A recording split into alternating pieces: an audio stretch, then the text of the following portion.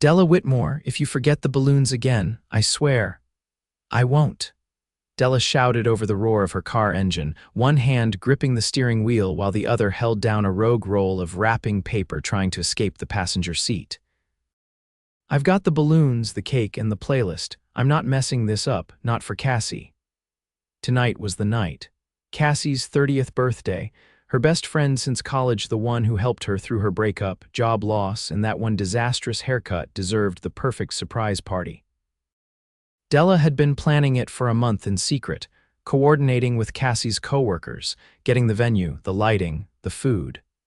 She even convinced the bartender at Cassie's favorite rooftop bar to let her redecorate the whole place for one night. What she didn't know, what she couldn't possibly know, was that one of the names on the guest list would change her life. The name was Holden Drake. She'd seen it on the RSVP list when Cassie's old college friends sent her the final headcount. Holden's flying in from New York, one of them had said casually. You'll like him, he's cool. Cool. Right. Della didn't have time to wonder who he was. She had 3 hours to transform a sleek rooftop bar into a whimsical garden-themed party and make sure Cassie had no idea what was coming. By the time she got to the venue, the sun was dipping low, casting golden light across the skyline. She hauled in boxes of decorations, balloons, and a giant 30, flirty and thriving banner, her hair sticking to her forehead as she barked orders at the DJ and the bartender. No slow songs until after 10, and keep the champagne chilled. If that cake melts, I'm suing someone. The space came alive an hour later, twinkle lights strung across the open beams, ivy trailing from the ceiling, candles flickering on every table. It looked nothing like a bar anymore. It looked like a dream. Guests started to arrive. Della greeted them with hugs and whispered reminders. Yell surprise when she walks in. Don't post anything online, no singing until I give the signal. She was adjusting the floral centerpieces when she heard a smooth voice behind her. Are you the mastermind behind all this? She turned and nearly dropped an entire vase. The man standing in front of her looked like he'd stepped out of a magazine. Tall, broad shoulders, black dress shirt rolled up at the sleeves. Watch that probably cost more than her rent.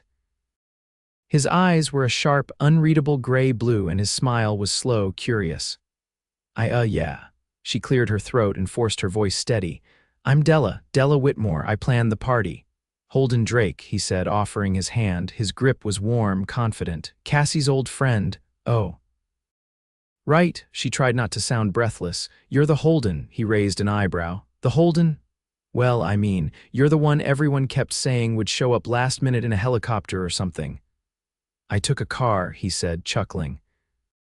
But I like the helicopter idea, she laughed, suddenly more relaxed. Glad you made it. Cassie's gonna freak out. She better, he said with a grin, then he glanced around. You really did all this? It's impressive.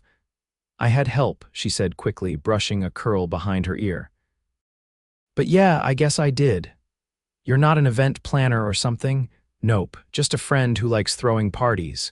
Holden looked at her again, really looked this time. Well, you're good at it. Before she could reply, someone shouted, They're coming. Della snapped into action, waving at the DJ and signaling the lights. Everyone ducked behind furniture and pillars, holding their breath. Cassie walked in seconds later, laughing at something her boyfriend said, and then froze as the lights came up and everyone shouted, Surprise! Cassie screamed. Then burst into tears. Della ran over, hugging her tightly as Cassie sobbed into her shoulder. You did this, she gasped. Happy birthday, Cass. The night rolled on like magic. Music thumped, champagne flowed, people danced under city lights. Della barely had time to breathe between making sure the hors d'oeuvres kept coming and checking the ice buckets. But every time she turned around, Holden was there. Sometimes watching her, sometimes smiling. Sometimes helping, handing her a drink, grabbing a napkin, lifting a tray when she was clearly about to drop it. You don't have to keep helping, she told him at one point, brushing confetti off her top. I want to, he said simply. It's fun watching you work. By midnight, the party was still going strong, but Della finally let herself breathe. She slipped out to the terrace, leaned on the railing, and looked out at the glittering skyline. You're not dancing, she turned. Of course it was Holden. I've been dancing all night, just not on the floor. He laughed and came to stand beside her, close enough that she could smell his cologne clean, warm, expensive. You should take a break, enjoy your own party. It's not mine, it kind of is. He tilted his head. You made it happen. Della looked over at him. You really came all the way from New York for Cassie. I haven't seen her in years, we used to be close. She mentioned the party and I figured. Why not? Must be nice to just fly across the country like that. He gave her a look she couldn't read. Yeah, I guess it is.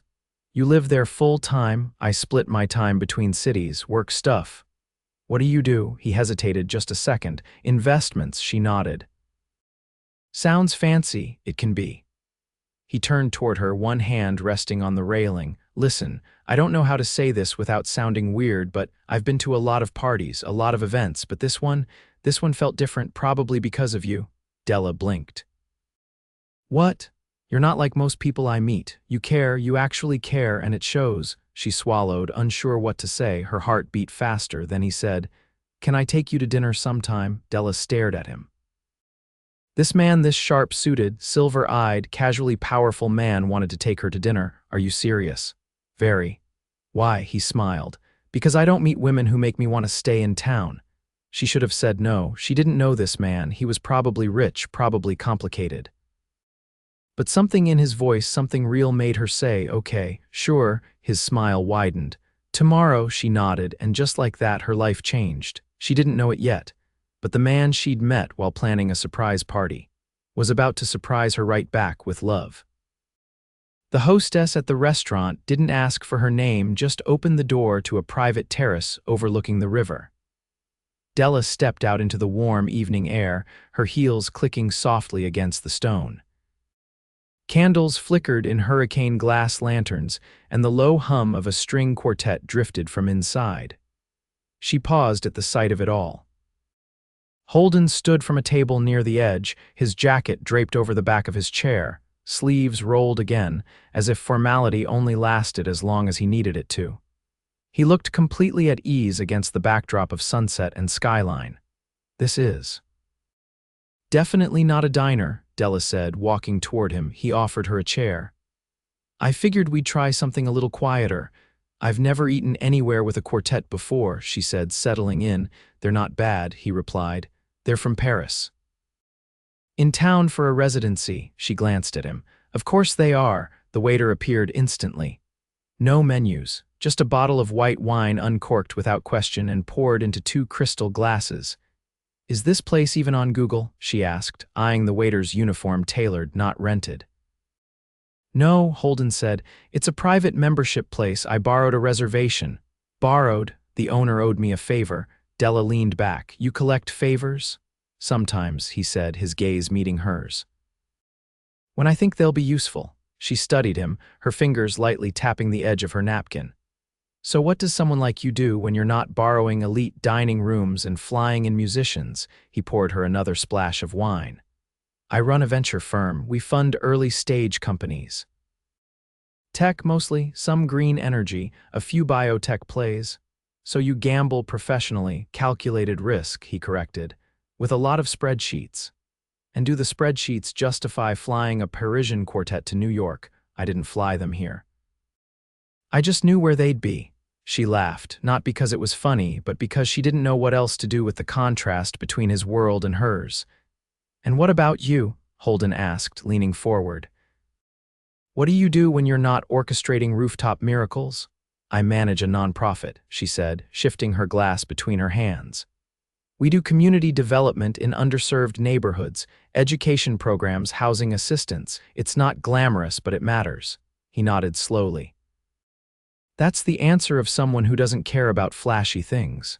I care about results. Flashy things don't usually help someone keep their lights on. They don't, he agreed, but they're not always empty either. Her eyes narrowed slightly. Is that supposed to be a defense of extravagance? Maybe, he said. Or maybe I'm just saying not everything expensive is meaningless. Some things cost a lot because they're rare. She didn't answer right away. The waiter returned with the first course seared scallops with saffron cream. She watched him disappear before turning back. So you're used to this? She asked. The private terraces, the wine that doesn't have a label, the waiters who appear like ghosts. Holden cut into his scallop. I grew up with none of it. That made her pause. You weren't born into money. I was born into a 2-bedroom apartment over a laundromat in Jersey. My dad was a mechanic. My mom worked nights at a hospital. I started working when I was 15. My first suit came from a thrift store. Della blinked. I didn't expect that. I learned early that you either build the life you want or you watch someone else live it. She nodded slowly. That I understand. He tilted his head. What about your family? My mom worked at the DMV until she retired. Dad left when I was 6. I was the first in my family to graduate college. The rest is just me figuring it out as I go. He looked at her differently then, not with curiosity, but something closer to understanding. You're not what I thought either, he said. And what did you think? That you were someone who made things look easy. She laughed again, but this time it was soft. Nothing's ever been easy. The second course arrived, grilled sea bass with a citrus glaze, served with roasted baby potatoes and charred asparagus. She took one bite and blinked. This is the best thing I've ever tasted. Good, Holden said. You deserve it. Don't say things like that. Why not? Because I don't know what this is yet. He set his fork down. It's dinner with someone I can't stop thinking about. That's all. She stared at him, her mouth dry despite the wine. You don't even know me, don't I? You know the version of me that throws parties and makes people cry happy tears. That's not the same as knowing me. Then let me. Why? He leaned back slightly but didn't look away. Because I've spent years around people who want things from me, and you're the first person in a long time who didn't want a single thing except to make your friend happy. That kind of selflessness is rare. And I'm smart enough not to walk away from rare. She looked down at her plate, then back up. What if I don't fit into your world? Then I'll make space. The wind picked up slightly, brushing a strand of hair across her cheek. He reached across the table and tucked it behind her ear without asking. The gesture was gentle, deliberate. She didn't pull away. They sat in silence for a moment as the quartet shifted melodies. Finally, she said, I don't know how to date someone like you. I don't own anything that costs more than my couch. I'm not asking you to change. You say that now. I mean it. She searched his face, but it didn't crack. He wasn't bluffing, or at least if he was damn good at hiding it. When dessert came a delicate tower of chocolate mousse and spun sugar, she didn't even hesitate. She dug in and let herself laugh when he tried to steal a bite and failed. As they walked out together, the valet brought around a sleek black car with leather seats and tinted windows. No logos. No plates she could recognize. He opened the door for her. Where do you want to go now? He asked. She hesitated, then said, Somewhere I can still hear the river. He smiled, not with charm, but with something quieter. I know the perfect place. And as he drove them through the city, the lights passing overhead like stars falling in reverse, Della began to wonder if maybe, just maybe, the life she'd thought was too far out of reach was already sitting beside her, offering her the passenger seat. The rooftop garden on the Upper West Side was quiet except for the gentle rustle of ivy in the breeze.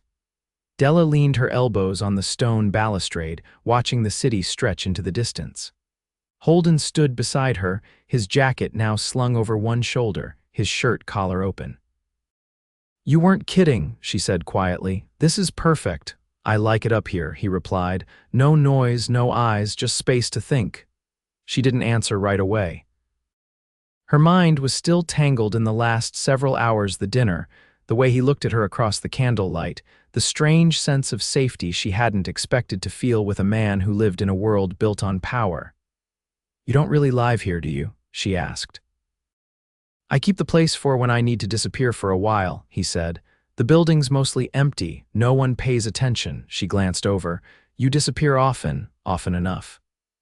There was something in the way he said it, like every vanishing act carried its own weight. I used to think I wanted that, she said, to disappear, just vanish for a bit. What stopped you? I realized no one would notice. She turned to face him. That sounds pathetic, I know. No, it doesn't, he said. It sounds honest. She raised an eyebrow. What about you? If you disappeared tomorrow, what would happen? People would panic, he said with a faint grin. Lawyers would call, stocks would move, but none of it would be personal. Isn't that lonely? He paused. It's efficient. That's not an answer. He met her gaze. It's easier than being disappointed. Della leaned against the rail, folding her arms. You don't seem like someone who gives up easy. I don't. But I've learned that opening every door doesn't mean someone's waiting on the other side. She didn't know what to say to that. It was too honest, too close. He shifted, pulling something from his inside jacket pocket, a slim velvet box. I had this with me all night, he said, offering it to her. She stared at it. What is it? Open it. Cautiously, she took the box and flipped it open. Nestled inside was a silver bracelet, thin and elegant, with a single sapphire set in the center. I can't accept this, she said immediately. You haven't heard why I brought it. Does that matter? Maybe. She held the bracelet carefully, the stone catching the light. It looks expensive. It's not about the cost. Then what is it about? It belonged to someone who believed in beauty for its own sake. She used to say that small things make the biggest impact. Who was she? My grandmother, he said. She used to tell me stories about how she saved up tips from waitressing to buy it, wore it every Sunday, said it made her feel like she mattered. Della looked up at him. Why give it to me? Because tonight you made something beautiful. And I think you forget that you matter. She swallowed hard, unsure whether to speak or simply hand it back. I can't take something that means that much. I'm not asking you to keep it, he said. I'm asking you to wear it for a while. Let it remind you. She hesitated, then slowly slid the bracelet onto her wrist. It fit perfectly. You're not what I expected, she said, running her thumb over the sapphire. Neither are you. They stood there in silence for a moment, the city humming quietly beneath them. Do you always do this? She asked suddenly. Do what? Sweep in and change the temperature of someone's life? He gave a low laugh. Only when I meet someone who makes me want to stay longer than I planned. She turned her body toward him. You're leaving soon, aren't you? I was. But now I'm not sure. She didn't answer right away. There was a flicker of something in her chest, hope maybe, or fear. Do you know what scares me the most? She said finally. What? That I want to believe you. He stepped closer. Then believe me. It's not that simple, I know, but I'm still here. His voice was quiet, but it carried, the kind of voice that didn't need volume to make its point. She looked at him for a long moment. Then, impulsively, she reached out and touched his hand, just a brush of fingers. He didn't pull away. Okay, she whispered. I'll try. They stayed like that, side by side, fingers loosely linked. Eventually, he said, Come with me to the fundraiser on Friday. She blinked. What fundraiser? My firm is hosting one, art auction. Black tie. A little ridiculous. Why me? Because I want you there, she hesitated. I don't have a dress for something like that. Then we'll get one. I didn't say I'd go. I didn't say you had to. She gave him a look. You're impossible, persistent, he corrected. She shook her head, but she was smiling. Fine, I'll go, but only if there's dancing. There's always dancing. They both turned back toward the city, the moment stretching between them like something sacred. And for the first time in a very long time, Della felt like maybe, just maybe, she wasn't standing on the sidelines of her own life. Della stood in front of the full-length mirror inside the softly lit fitting suite, her breath caught somewhere between awe and disbelief. The woman staring back at her wore a midnight blue gown with off-the-shoulder sleeves and a sweeping train that whispered against the floor. It was unlike anything she'd ever worn, tailored, elegant, and so precisely fitted it felt like it had been made with her in mind. She turned, running her hands down the fabric. This is too much. Behind her, Holden leaned against the doorway, arms crossed, his gaze steady. It's not. I'm serious, she said, turning to face him. I can't let you buy this. I didn't, he said. It's from a friend's atelier. She loaned it. No strings. You have friends who loan out couture gowns. I have friends who owe me favors, he said, his tone even, and who were very curious when I said I needed something for a woman who doesn't ask for anything. Della looked down at herself again. I feel like someone else. You don't look like anyone else, he said simply. Her cheeks warmed, but she didn't look away. You're dangerous when you get like this. Like what? Like you mean it. Holden stepped forward, closing the distance between them. I always mean it. I just usually don't say it, she tilted her chin. Then why say it to me? Because you keep showing up, he said, even when it's easier not to. The fundraiser was held in a converted gallery space in Tribeca, its exposed brick walls adorned with contemporary art and sculpture. The air was perfumed with jasmine and champagne, and the guest list included people whose names appeared in headlines more often than holiday cards.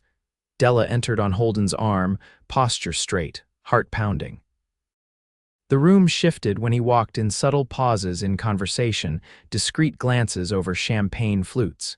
He was clearly well known here. But what startled her most wasn't the attention on him. It was how he deflected it, how his focus never left her.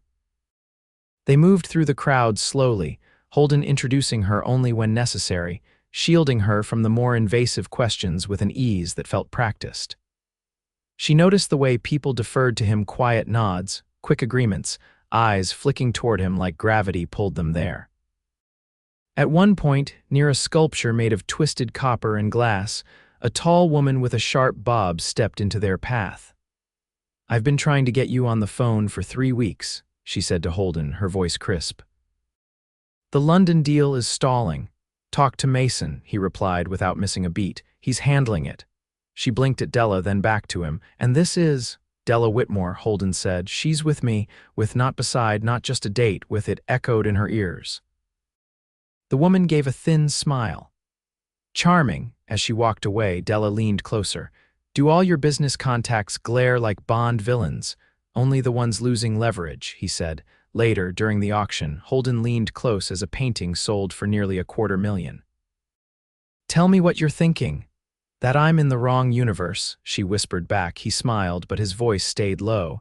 "You're exactly where you belong." The night blurred into warmth and music. They danced once under the arched ceiling, her hand in his, the city lights spilling through tall windows. He didn't ask questions. He just guided her through the rhythm like he knew her steps before she took them. Afterward, in the back of a chauffeured car, she kicked off her heels and tucked her legs beneath her. "I don't get it," she said. "Get what? Why this? Why me? You could be with someone who already knows how to do all this. Someone who doesn't need to Google what a canapé is." "Because I've already done all that," he said, "and none of it meant anything." Della turned her head against the seat. "You don't know what I come with. I'm not worried. You should be. Then tell me." So she did. She told him about the nonprofit's budget cuts, about the grant that fell through last winter and the staff she'd fought to keep employed. She told him about the apartment above the pizza place with the leaky faucet and the neighbors who argued in Polish at 2 in the morning. She told him about the student loans and the cracked phone screen she hadn't replaced because rent came first. She told him everything, and he listened. Not the way people listen to be polite, but with the stillness of someone who had no interest in interrupting. He didn't look away once. When she finished, she waited for the shift, for the polite withdrawal, the nod that said, "Thanks for sharing," followed by distance. But instead he asked, "Does the leak still drip every night?" She blinked. "What? You said the faucet leaks. You remembered that?" "I remember everything." She stared at him, stunned into silence. The following afternoon, she returned to her apartment to find a plumber waiting outside her door. "Whitmore?" he asked. "I was told to fix everything that makes noise." She didn't have to ask who sent him. She just let him in and sat on the couch, staring at the bracelet still wrapped around her wrist. 2 weeks passed, and with them came change. Not the kind that shouted, but the kind that lingered. Quiet calls in the morning, coffee cups left on her desk with her name written in black ink. A pair of running shoes delivered without a note, just her size, just the brand she once mentioned liking. He never told her what he was doing, he just did it. One evening, as they walked through a quiet part of Central Park, she stopped beneath a canopy of trees. "I need to know something," she said. "Anything? If this ends, will I still matter to you?" Holden stepped closer. "If this ends, it'll be because you walk away. And even then, I'll still look for your name in every room I enter." She opened her mouth, but the words didn't come. It was too much, too soon. And yet it wasn't, it had never felt rushed. It had only ever felt inevitable. A week later, she came home to find her living room transformed. There was no fanfare, just candlelight and flowers and a table set for two. Holden stood by the window, holding a single envelope. "What is this?" she asked, breath caught. "I couldn't wait," he said. He handed her the envelope. Inside was a deed. To a small building in Queens, not far from where she worked. 3 floors, a storefront on the bottom, a note clipped to the top, "For your programs, for your people, for your purpose." She looked up at him, eyes burning. "I thought you said not everything expensive is meaningless," she whispered. "I meant it." She crossed to him, hands trembling. "You can't buy your way into my heart." "I'm not trying to," he said. "I'm just showing you what it looks like when someone believes in you, fully." Without conditions, she kissed him. Not out of gratitude, not out of awe, but because in that moment she finally understood this wasn't a fairy tale. This was a man who saw every part of her, not just the woman who planned parties and smiled through stress, but the tired, stubborn, hopeful fire beneath it all, and he'd loved her anyway. Weeks later, at a quiet ceremony with no press and only 30 guests, she walked down the aisle in a dress stitched with silk and sincerity, carrying a bouquet her best friend insisted on arranging herself. Cassie cried the whole way through. Holden didn't take his eyes off her once. And when the officiant said, "You may kiss your bride," he whispered in her ear, "You were the best surprise I never saw coming." She laughed through her tears and kissed him like she meant it, because she did. Della stood just inside the doorway of their new building, her fingers brushing the edge of the key she still hadn't added to her ring. The scent of fresh paint lingered in the air, mingling with the quiet hum of electricity finally restored. Sunlight streaked through tall windows, catching on the glass front of what would soon be the community's first literacy center. She exhaled slowly, as if breathing too hard might shatter the moment. Holden stepped in behind her, his voice low. "You've been standing in the same spot for 5 minutes. I'm afraid if I move, it'll feel less real." He walked past her, opened one of the folding chairs stacked against the wall, and sat down with his knees apart, his elbows resting on them. "You didn't imagine it, it's real." "You made it that way," she turned toward him, arms crossed loosely.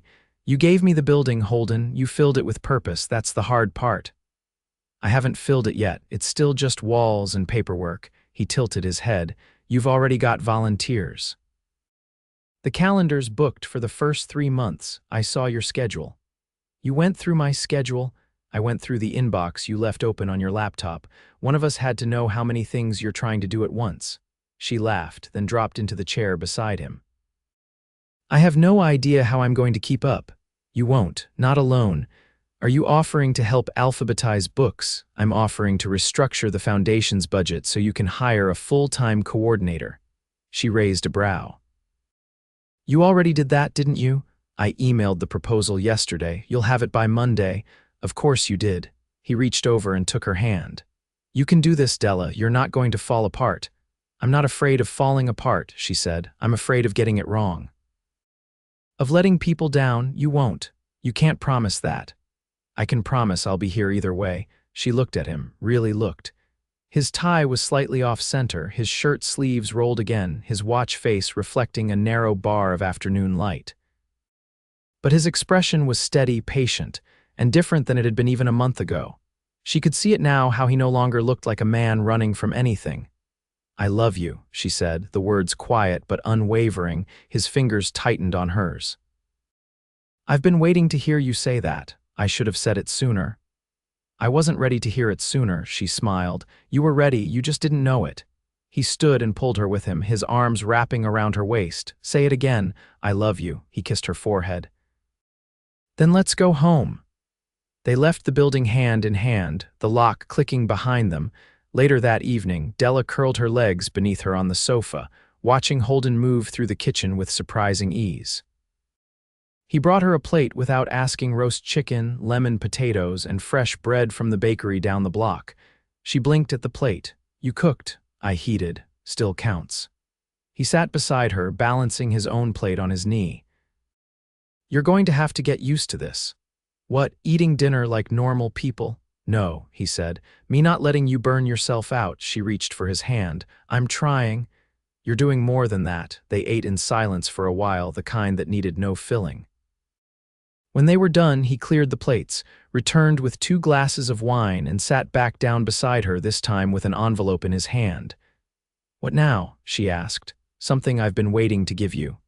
She opened it slowly, her eyes moving across the heavy paper. A certificate of incorporation, her name, the name of the center. And below it, a list of board members, Cassie's name, a few local leaders, and Holden's. "You made it official," she whispered. "You made it matter." "I just signed the paperwork." Tears burned behind her eyes, but she didn't let them fall. She looked at him, every inch of him, and tried to memorize the exact way he looked in that moment, barefoot, relaxed, completely hers. "I want to marry you," she said. He blinked. "That was unexpected. You were going to ask me eventually." "I was. I beat you to it." He set his wine down. "Are you sure?" "I've never been more sure of anything." He didn't say anything for a long moment. Then he stood, walked to the side table, opened the drawer, and pulled something out. He came back and knelt in front of her. "I've had this for weeks," he said, opening the velvet box. Inside was a ring, a single emerald-cut diamond set in a thin platinum band. Understated, elegant, perfect. She laughed through the tears. "You were just waiting for me to ask. I didn't want to rush you." She slid the ring on herself, her hands trembling slightly. "Too late for that." He pulled her down into his arms and kissed her, slow and deep, like they had all the time in the world. They married in the spring. The ceremony was held in the garden behind their new community center, surrounded by the people they'd brought together, volunteers, neighbors, friends, staff. No cameras, no headlines, just vows beneath a canopy of ivy and soft golden light. Cassie officiated, barely holding it together long enough to pronounce them husband and wife. Afterward, Holden pulled Della into the small dance floor laid over the grass. "You know what I love about you?" he asked, his arms firm around her waist. "Everything," he laughed. "That you never needed me, but you let me stay anyway." She rested her head against his chest. "You never tried to change me, you just stood still long enough for me to catch my breath." The music swelled, the world receded, and the only thing that mattered was the rhythm between them. Months passed. The center expanded, programs grew, and Della was invited to speak at conferences across the coast. Holden traveled less, invested more in people than in numbers, and took to walking to work just to see the city differently. Every night, no matter how busy the day, they returned to each other. There were quiet dinners and loud debates, laughter in grocery aisles and whispered conversations before dawn. There were hard days, 2 moments of doubt, exhaustion, and fear. But there was never a moment they didn't choose each other. One late summer evening, Della walked into their apartment to find Holden on the balcony, a glass of wine in one hand and a tiny pair of shoes in the other. She froze, her heart catching. "Are those?" He turned, his smile soft. "I got them today. I thought we could hang on to them until we're ready." She crossed the room, wrapped her arms around him, and rested her cheek against his shoulder. "I think we're already on our way." They stood there as the sky turned gold and the city moved below them, a quiet promise stretching between them, not of perfection, but of permanence, and love that never once asked her to change, only to believe.